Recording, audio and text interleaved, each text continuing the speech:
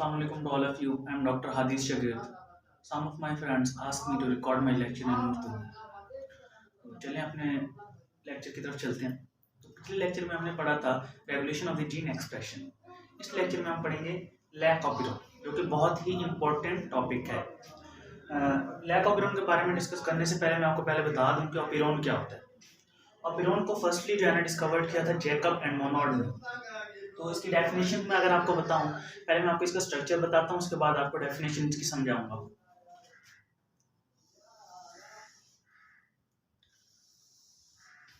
Suppose ये किसी E coli bacterium का प्लाज्मिड है, डीएनए है, इसका यहाँ से यहाँ तक का जो पार्ट है वो है ऑपिरोन।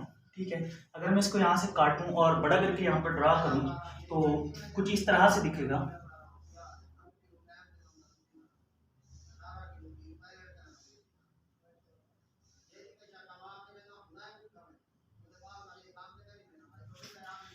ये देखिए, ये है ए बी सी, ये तीन आपस में जीन है जो आपस में जुड़े हुए हैं। ठीक है, उसके बाद यहाँ पर है ओ मेन ऑपरेटर, यहाँ पर है प्रोमोटर। ठीक है, ये जो है ना स्ट्रक्चरल जीन है। स्ट्रक्चरल जीन मीन इनकी ट्रांसक्रिप्शन होनी है। ओके,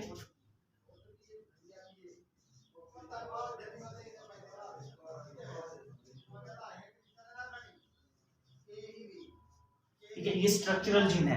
और ये वाले जो है ना इन्हें कहते हैं नॉन कोडिंग।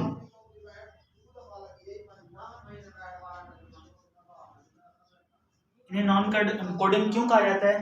क्योंकि इनके अंदर कोडिंग्स नहीं होती नाइट्रोजनस बेसिस की, इनके अंदर नाइट्रोजनस बेसिस की कोडिंग होती है। इस वजह से इन्हें कोडिंग जीन्स भी कहा जाता है और स्ट्रक्चरल जीन्स भी कहा जाता है।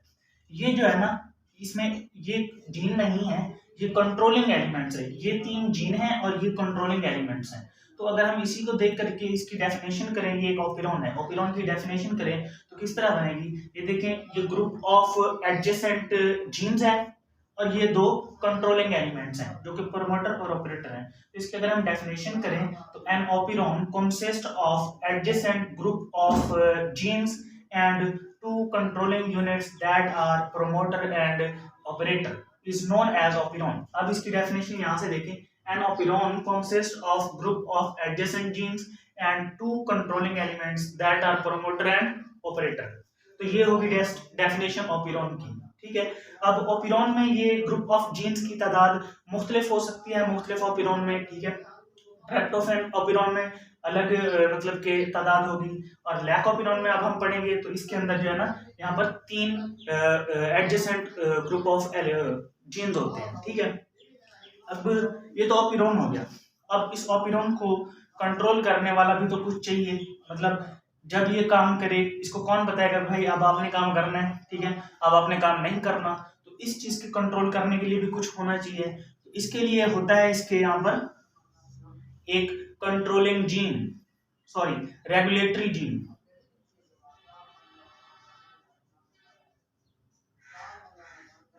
रेगुलेटरी जीन ये एक प्रोडक्ट बनाता है, एक प्रोटीन बनाता है जिसे रिप्रेसर प्रोटीन कहते हैं। वो इस ऑपिरोन को कंट्रोल करती है कि अब आपने काम करना है और अब आपने काम नहीं करना। अब ये जो प्रोटीन बनाएगा इसकी भी साथ पहले ट्रांसक्रिप्शन होगी, तभी जाके उसकी फिर ट्रांसलेशन होगी, फिर जाके जो प्रोटीन बनेगी तब जो है ना ये इसको कंट्रोल करेगी जा करके कि अब आपने काम करना है अब नहीं करना है। तो इसकी ट्रांसक्रिप्शन के लिए भी हमें आरएनए पॉलीमरेज को यहाँ से गुजारना पड़ेगा। और हमें पता है कि आरएनए पॉलीमरेज डायरेक्टली किसी जीन से नहीं गुजरता उसकी ट्रांसक्रिप्शन के लिए, उससे पहले वो प्रोमोटर के ऊपर अटैच होता है। तो इससे पहले इसका प्रोमोटर भी मौजूद होगा, जिसे हम कहेंगे रेगुलेटरी प्रोमोटर। क्यों रेगुलेटरी प्रोमोटर कहेंगे? क्योंकि वो इस रेगुलेटरी जीन का प्रोमोटर है, तो उसे हम कहेंगे रेगुलेटरी प्रोमोटर। यहाँ पर मैं इसको आरपी से डिनोट कर रहा हूँ। ठीक है, तो ये रेगुलेटरी प्रोमोटर है।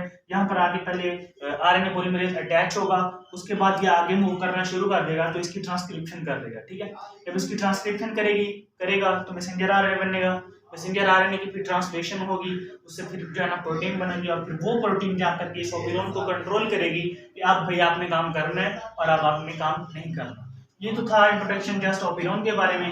अब मैं आपको बताता हूँ कि लैक ऑपिरोन क्या होता है। ठीक है, देखें ये ग्रुप ऑफ एडजेसेंट जीन्स की तादाद डिफरेंट ऑपिरोन्स में मुख्तलिफ होती है। अब लैक ऑपिरोन में होती है यहाँ पर जीन्स की तादाद, एडजेसेंट जीन्स की तादाद देती है। ये मैं ड्रा करने लगा हूं।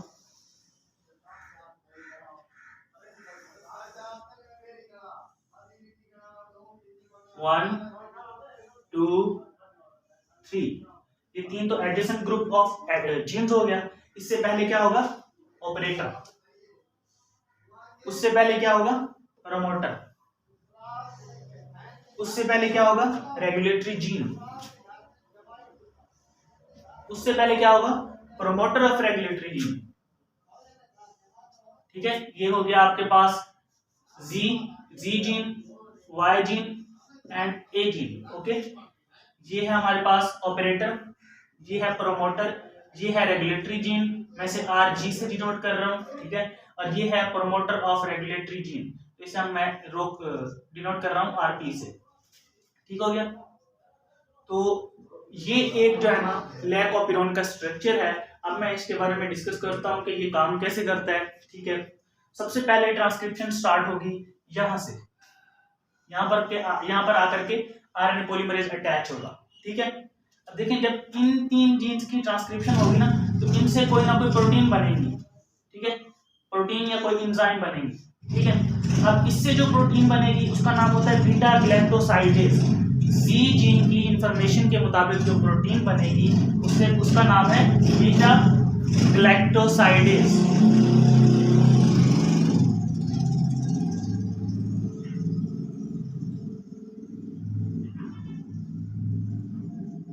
ठीक है, इस जीन की ट्रांसक्रिप्शन और ट्रांसलेशन के बाद बीटा ग्लैक्टोसाइडेज एंजाइम बनेगा या प्रोटीन बनेगी। ठीक है, अब इस जीन की ट्रांसक्रिप्शन और ट्रांसलेशन के बाद प्रोटीन जो बनेगी वो होगी बीटा ग्लैक्टोसाइड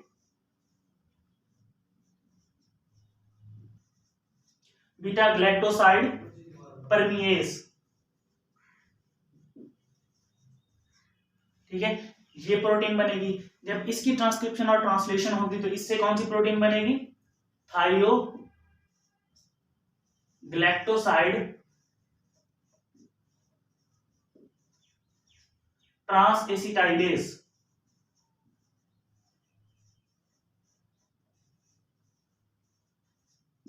इससे जो है ना ये वाली प्रोटीन बनेगी। अगर मैं आपको इनके थोड़े थोड़े फंक्शन बता दूं तो बीटा ग्लैक्टोसाइडेज का क्या फंक्शन होता है?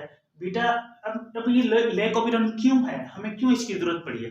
हमें दरअसल एनर्जी की जरूरत होती है और एनर्जी का कॉमन सोर्स है ग्लूकोज। ठीक है, जब हमारी बॉडी में ग्लूकोज नहीं होता तब हमारी बॉडी ये लैक ऑपिरोन को टर्न ऑन कर देती है और हमारी बॉडी में मौजूद लैक्टोज अगर है तो ठीक है, अगर नहीं है तो आउट ऑफ द इन्वायरमेंट को से अंदर लाया जाता है लैक्टोज को। ठीक है, जब वो अंदर आ जाएगा तो उसकी जो है ना ये बीटा ग्लैक्टोसाइडेज ब्रेक डाउन करेगा, उसको ग्लूकोज और ग्लैक्टोज में कन्वर्ट कर देगा। फिर जो हमें ग्लूकोज मिलेगा उससे यूज करके हमारी बॉडी एनर्जी हासिल करेगी।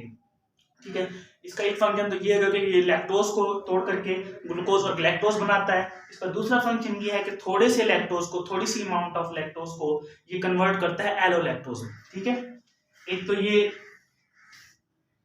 बनाता है ग्लूकोज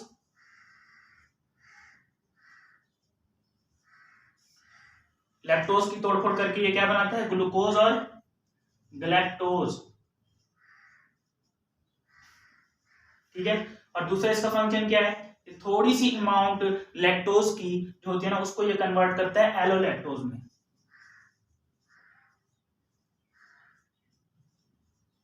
ठीक है, इसके ये दो फंक्शन है। अब बीटा ग्लैक्टोसाइड परमिएज का क्या फंक्शन है? इसके नाम से जाहिर हो रहा है ये सेल की परमिएबिलिटी को बढ़ाता है। जैसे मैंने अभी कहा कि अगर हमारी बॉडी में लैक्टोज नहीं मौजूद तो बाहर वाले इन्वायरमेंट से अंदर ले आया जाता है। ठीक है, उसको तो जब ले आते हैं तो उसके लिए सेल मेम्ब्रेन की परमिएबिलिटी जो है ना इंक्रीज करता है बीटा ग्लैक्टोसाइड परमिएज। ये इस तरह का होता है। अब सपोज कि ये कोई सेल मेम्ब्रेन है, इसकी आउटसाइड पर लैक्टोज है, इसको अंदर ले आना है हमने, तो ये यहाँ पर आकर के अटैच हो जाता है। जब ये यहाँ पर आकर अटैच हो जाएगा तो लैक्टोज को यहाँ से एंट्री मिल जाएगी। ठीक है, तो मतलब कि ये लैक्टोज को इनसाइड द सेल लाने में हेल्प करता है। तो इसका फंक्शन ये हो गया। उसके बाद थायोग्लाइकोसाइड है, ट्रांस एसिटाइलेज है, उसका ज्यादा इंपॉर्टेंस नहीं है लाइकोपिरोन में। उसका काम दरअसल ये होता है कि वो एसिटाइलेज को बीटा ग्लाइकोसाइड में कन्वर्ट करता है, ठीक है। तो ये तो इसके फंक्शंस हो गए इनके प्रोडक्ट्स के। अब इनके प्रोडक्ट्स तो तभी बनेगा ना जब यहाँ पर इनकी ट्रांसक्रिप्शन होगी इन 3 जीन्स की, ठीक है। अभी जो है ना ट्रांसक्रिप्शन मैं करके दिखाता हूँ आपको कैसे होगी, ये आप याद रखिएगा या नोट कर लें, ठीक है।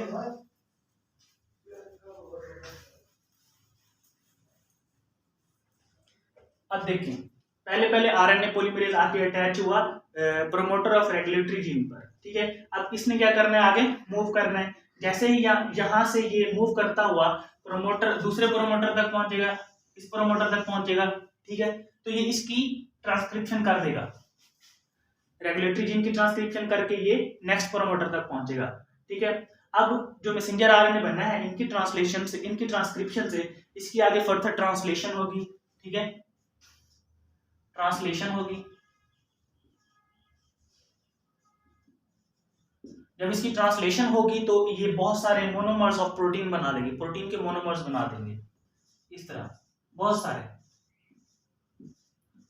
ठीक है। अब ये जो मोनोमर्स है आपस में कंबाइन होकर टेट्रामर्स बना देते हैं, ठीक है, प्रोटीन के टेट्रामर्स बना देते हैं इस तरह से, चार चार मोनोमर्स मिलके प्रोटीन का टेट्रामर बना देते हैं। और इस टेट्रामर को है ना हम रिप्रेसर प्रोटीन भी कहते हैं।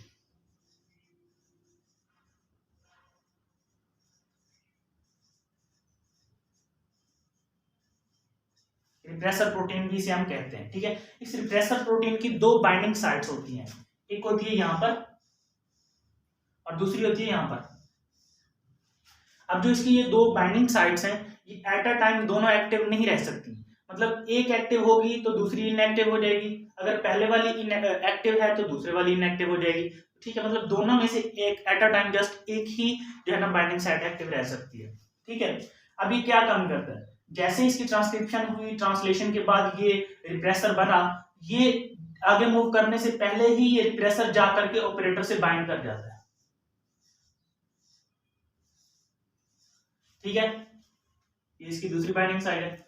अब यहां पर जैसे ही ये आकर अटैच हुआ है, इसका रास्ता ब्लॉक हो गया, ऑपरेटर साइड को इसने आकर के ब्लॉक कर दिया, तो आरएनए पॉलीमरेज आगे मूव नहीं कर पाएगा, जिसकी वजह से इन 3 जीन्स की ट्रांसक्रिप्शन नहीं होगी।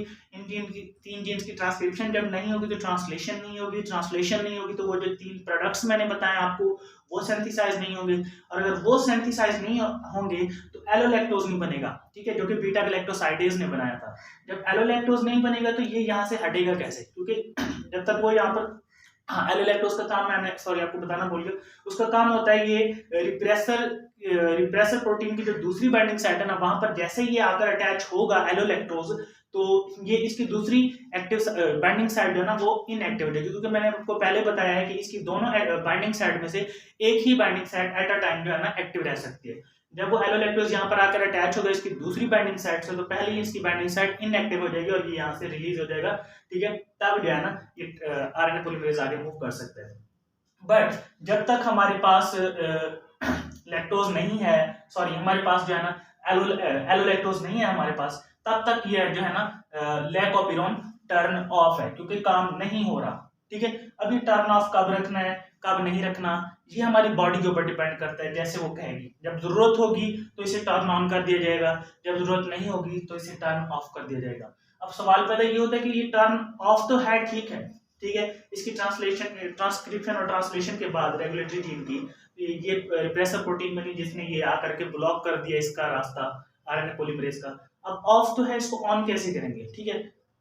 इसको ऑन करने के लिए हमारे पास लैक्टोज होना चाहिए, ठीक है, लैक्टोज होगा तो एलोलैक्टोज बनेगा, ठीक है। अब हमारे पास बॉडी में लैक्टोज भी नहीं है, जब लैक्टोज नहीं है तो ये टर्न ऑफ ऑन कैसे होगा, तो इसका आंसर ये बनेगा कि ये जो रिप्रेसर आकर के यहाँ बाइंड हुआ है, ये परमानेंटली बाइंड नहीं होता, इसकी एक लिमिट होती है, इसकी ड्यूरेशन टाइम ड्यूरेशन होती है, उसके बाद ये इनएक्टिव हो जाता है, ये बेकार हो जाता है। जैसे ये इनएक्टिव होगा ये गिरेगा या रिलीज हो जाएगा यहाँ से, और फौरन दूसरा रिप्रेसर प्रोटीन जाकर के वहां अटैच हो जाएगा और रास्ता ब्लॉक कर देगा। लेकिन इसके हटने और दूसरे रिप्रेसर प्रोटीन के वहां पर दोबारा से अटैच होने में जो थोड़ा सा गैप होता है टाइम का ना, उसमें आरएनए पॉलीमरेज इस 3 जीन्स की 3 से 4 बार ट्रांसक्रिप्शन कर देगा। जैसे वो 3 से 4 बार ट्रांसक्रिप्शन इस दौरान कर लेगा तो उससे जो है ना थोड़ा सा प्रोडक्ट बन जाएगा, उसकी ट्रांसलेशन के बाद बीटा ग्लैक्टोसाइड बन जाएगा, बीटा ग्लैक्टोसाइड परमीएज बन जाएगा, बीटा ग्लैक्टोसाइड ट्रांस एसिटाइलेज बन जाएगा। ठीक है, तो जैसे थोड़ा सा बनेगा बीटा ग्लैक्टोसाइड परमीएज, तो वो लैक्टोज को अंदर ले आएगा। जैसे लैक्टोज अंदर आएगा फौरन बीटा ग्लैक्टोसाइड जो हमारे पास मौजूद है ग्लैक्टोसाइडेज, वो उसको ग्लूकोज और ग्लैक्टोज में तो कन्वर्ट करेगा ही, लेकिन थोड़ी सी मिकदार उसकी जो है ना एलोलैक्टोज में भी कन्वर्ट कर देगा। जैसे वो एलोलैक्टोज में कन्वर्ट करेगा, यहाँ पर वो एलोलैक्टोज आकर के बाइंड हो जाएगा। एलोलैक्टोज जैसे ही यहाँ पर बाइंड होगा, मैंने कहा कि इसकी दोनों एक्टिव बाइंडिंग साइट में से एक टाइम में एक ही बाइंडिंग साइट एक्टिव रह सकती है। अब ये एक्टिव है तो ये इनएक्टिव हो जाएगी, तो यहाँ से ये रिलीज हो जाएगी। जैसे ये रिलीज होगा तो आरएनए पॉलीमरेज का रास्ता साफ हो जाएगा। अब ये आगे मूव कर सकता है, आगे ट्रांसक्रिप्शन करेगा इन 3 जीन्स की। ठीक है, 3 जीन्स की ट्रांसक्रिप्शन करेगा, उसके बाद ट्रांसलेशन होगी और प्रोडक्ट्स बनेगा। अब यहाँ से ये मूव करता है, फॉर एग्जांपल यहाँ पर ये आके अटैच हो गया। अब जो है ना ये रिप्रेसर प्रोटीन जो है यहाँ से रिलीज हो जाएगी।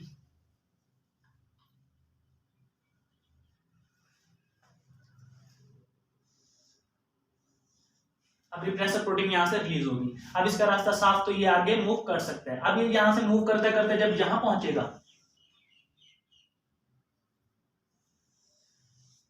ठीक हो गया, जब आरएनए पॉलीमरेज आखिरी जीन के एंड में पहुंचेगा तब तक यहाँ पर मैसेंजर आरएनए इन 3 जीन्स का बन चुका होगा। ठीक है, अब इस मैसेंजर आरएनए के 3 पार्ट होंगे, 1, 2 और 3।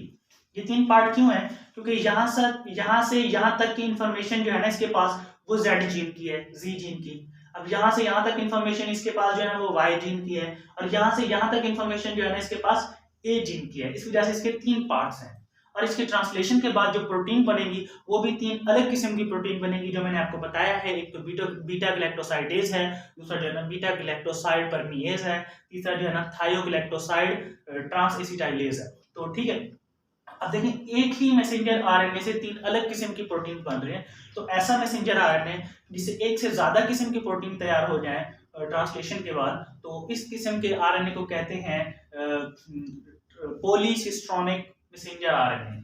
ये कौन सा होगा? पॉलीसिस्ट्रोनिक एमआरएनए। ओके, और ये पॉलीसिस्ट्रोनिक मैसेंजर आरएनए जस्ट आपको प्रोकैरियोट्स में देखने को मिलेगा, यूकैरियोट्स में ऐसा नहीं होता। यूकैरियोट्स में मोनोसिस्ट्रोनिक मैसेंजर आरएनए होते हैं। ठीक है,